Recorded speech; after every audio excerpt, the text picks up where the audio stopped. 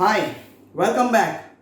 Hope so आपने previous video देख लिया होगा जो था 4.2 एक्सरसाइज का 11th स्टैंडर्ड के स्टैटिस्टिक बुक में से, राइट। जो हमने किया था वो था क्वार्टाइल डेविएशन, वो अनग्रुप डेटा के लिए था, दैट इज डिस्क्रिट। ओके, आज जो हम सम करेंगे question number 3, that is from exercise 4.2, right. 4.2 में से क्वेश्चन 3 क्लास दिया होगा, उसके पहले का जो सम था उसमें क्लास नहीं था, डायरेक्ट सम था। Okay, before starting the session कुछ बोलना चाहूंगा। बहुत सारे पेरेंट्स अवेयर तो है कि 10th के पहले 9th तो अच्छी तरह से क्लियर होना चाहिए तो ही 10th आएगा, लेकिन बहुत सारे पेरेंट्स ऐसे भी हैं जिनको लगता है 10th में कर लेगा। मोस्ट प्रॉब्ली स्टूडेंट्स को बेसिक जब क्लियर नहीं होता तो प्रॉब्लम होती है 10th स्टैंडर्ड में। 11th में तो इससे भी ज्यादा प्रॉब्लम है। पेरेंट्स को लगता है 11th कुछ नहीं है, 12th में कर लेंगे, ऐसी बात नहीं है। 12th में उससे भी ज्यादा प्रॉब्लम होगी, that is the final year. School का लास्ट ईयर होता है जिसके अंदर आपको लगता है कि कैसे भी करके पास हो जाएगा, बहुत है, उसके बाद क्या। एडवाइस देना चाहूंगा हर एक पेरेंट्स को, 9th हो या 11th हो, ये दोनों स्टैंडर्ड्स में बहुत यानी बहुत ध्यान रखना है। ये दोनों स्टैंडर्ड 9th और 11th अच्छी तरह से करें ना तो 10th और 12th स्टैंडर्ड उनके लिए बहुत ईजी हो जाता है। ये मत समझिए हो जाएगा, सही बात है, 40% 50% डन। अगर आप इस चीज से इतने में परसेंटेज में हैप्पी हो तो कोई बात नहीं, लेकिन यहां पे आप ध्यान रखना कि 9th स्टैंडर्ड और 11th स्टैंडर्ड में आपको बहुत ज्यादा ध्यान रखना है। 9th और 11th अच्छी तरह से क्लियर हो गया, 10th और 12th में स्कोरिंग बहुत इजी हो जाएगा। Okay, so let us start without wasting much of the time. ये है एक्सरसाइज 4.2 में से क्वेश्चन नंबर 3, जिसके अंदर फाइंड हमें करना है quartile deviation and coefficient of quartile deviation. ये हमारा क्वेश्चन है, इतना क्वेश्चन दिया हुआ है, क्लास दिया हुआ है 0 to 50, 50 to 100, 100 to 150, 150 to 200 and 200 to 250।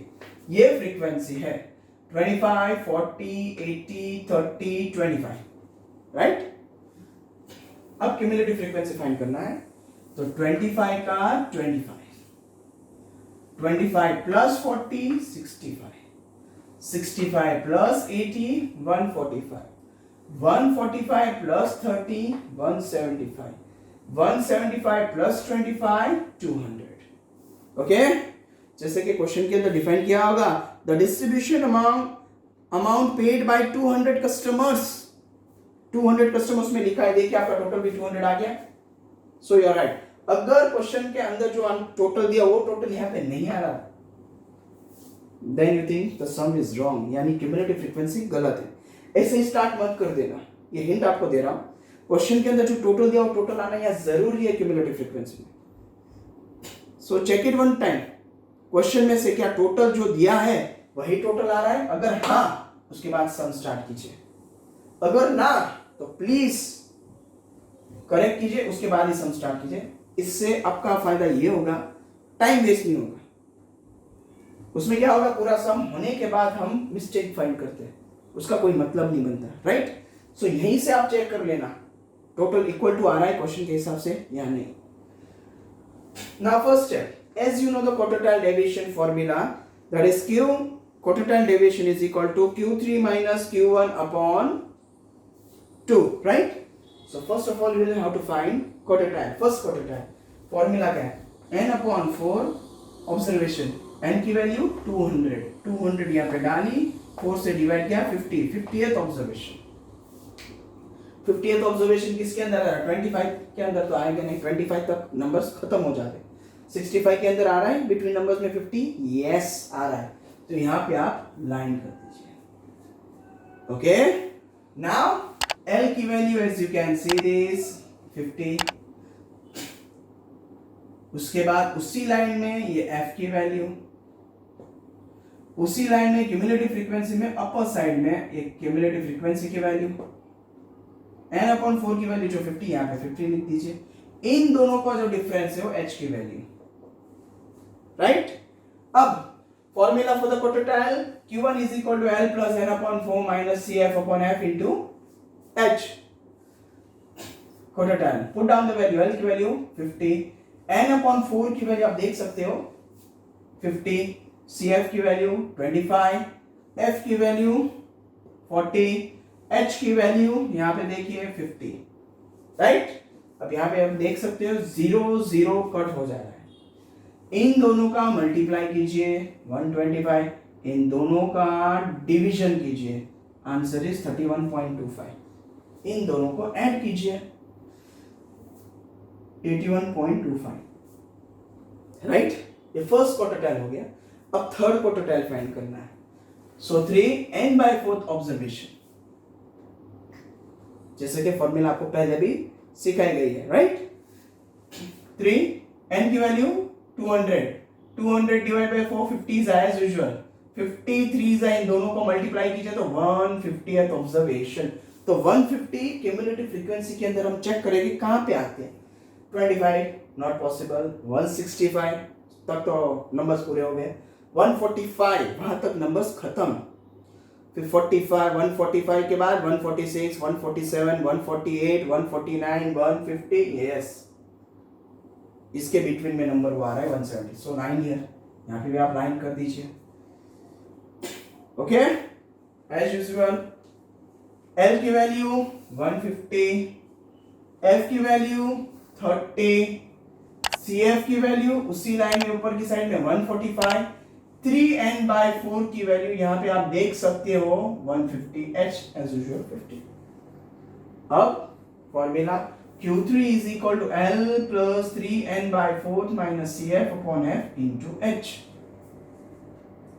अब L की वैल्यू एज इट इज 150, इसकी वैल्यू 3n/4 आप देख सकते हो यहाँ पे 150 माइनस क्यूमुलेटिव फ्रीक्वेंसी 145, F की वैल्यू 30, इसकी 50, यहाँ पे 0 0 cut, 5 5 are 25, 25 divide by 3 8.33, right.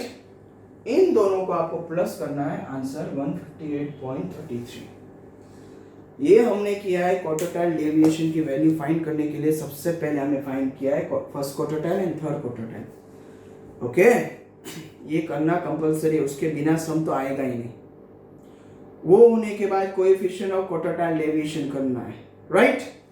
So first this part. अब इसका सेकंड पार्ट है जिसके अंदर हमें क्वार्टाइल डेविएशन फाइंड करना है और quartile coefficient of quartile deviation find करना है, राइट। ओके, इसका नेक्स्ट पार्ट अब जैसे आप देख सकते हो Q1 हमने फाइंड कर लिया है 81.25, Q3 फाइंड कर लिया 158.33। अब हमें इसे वैल्यू को पुट करनी है क्वार्टाइल डेविएशन के अंदर और कोएफिशिएंट ऑफ क्वार्टाइल डेविएशन के अंदर। So let's start. Q3 minus Q1 upon 2, right. Q3 की वैल्यू 158.33 माइनस 81.25, इन दोनों का सबट्रैक्ट करने के बाद हमें आंसर आता है 77.08। इसको डिवाइड बाय 2 करना है हमें, आंसर आएगा ये 38.54। फिर coefficient of quartile deviation, what's the formula?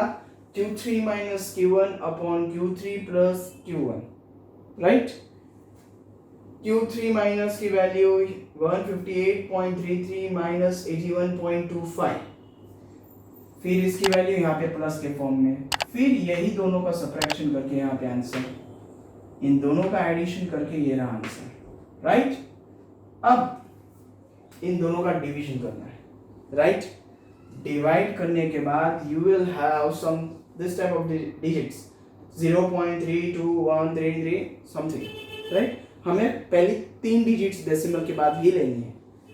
वो लेने के बाद यहाँ पे आप देख सकते हो थर्ड डिजिट जो है 5 तो है नहीं, 5 से कम है, सो यहाँ पे ऐड करने की जरूरत नहीं है, डायरेक्टली विल राइट 0.32 ये वाला, इसलिए यहाँ पे ऐड नहीं किया। नहीं तो हर बार हम एक नंबर जो थर्ड डिजिट 5 या 5 से ज्यादा होता था हम ऐड करते थे, राइट।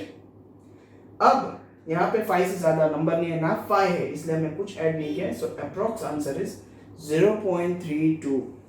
ओके, यहाँ पे एक्सरसाइज 4.2 कंप्लीट हो रही है। Hope so will go through the video properly.